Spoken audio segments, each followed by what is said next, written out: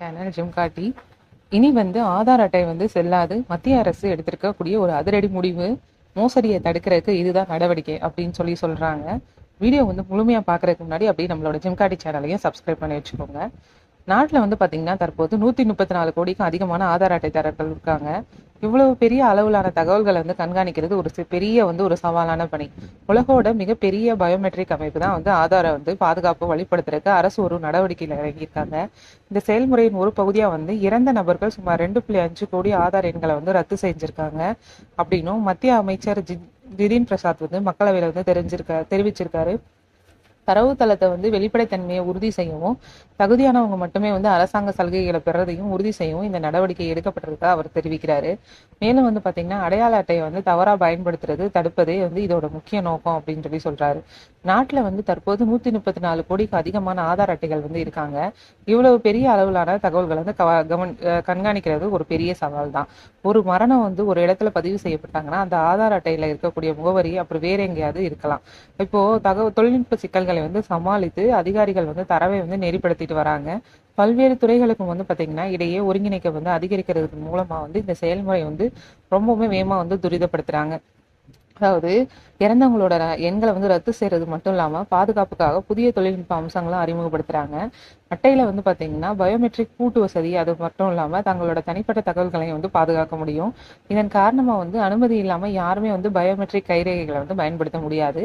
சைபர் குற்றங்கள் அதிகரிச்சு வரக்கூடிய இந்த நாட்கள்ல இது போன்ற அம்சங்கள் சாமானிய மக்களுக்கு பெரிதும் பாத்தீங்கன்னா உதவியா இருக்கும். ஒவ்வொரு குடிமகனும் இந்த பாதுகாப்பு விதிகளை பின்பற்றுவது ரொம்பவுமே அவசியமான ஒரு விஷயமா இருக்கு.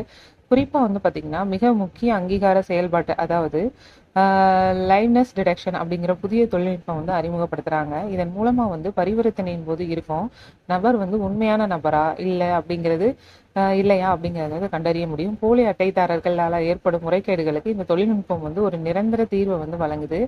ஆதார்ல பாத்தீங்கன்னா அமைப்பை மேலும் நம்பகத்தன்மையா மாற்றுறதுக்கு இது போன்ற நடவடிக்கைகள் கொண்டு வந்திருக்கிறது ரொம்பவுமே வரவேற்கத்தக்க ஒரு விஷயமா இருக்கு.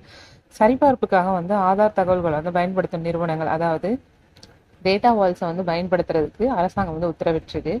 அதிகபட்சமா பாதுகாப்பிற்காக மக்களோட ஆதார் எண்களை மறை குறியீடாக வடிவத்துல சேமிக்கப்படுறதை இது உறுதி செய்யும்.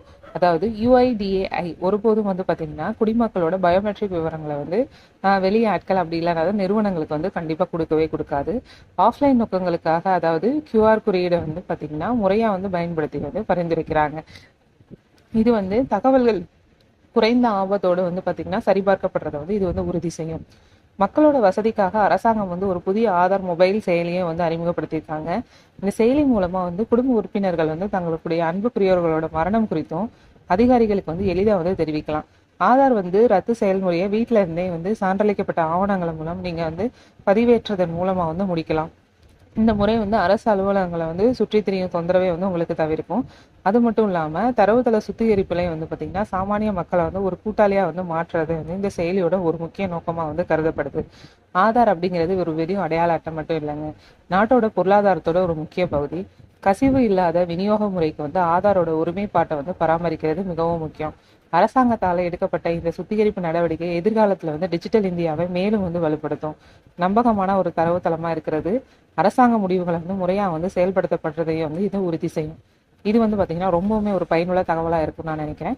நீங்க இந்த தகவலை யாருக்கெல்லாம் யூஸ் ஆகும்னு நினைக்கிறீங்கன்னா அவங்க எல்லாருக்கும் கண்டிப்பா இதை ஃபார்வர்ட் பண்ணுங்க. அப்படியே நம்மளோட ஜிம்காட்டி சேனலையும் சப்ஸ்கிரைப் பண்ணி வச்சுக்கோங்க. ரொம்ப நன்றி நண்பர்களே.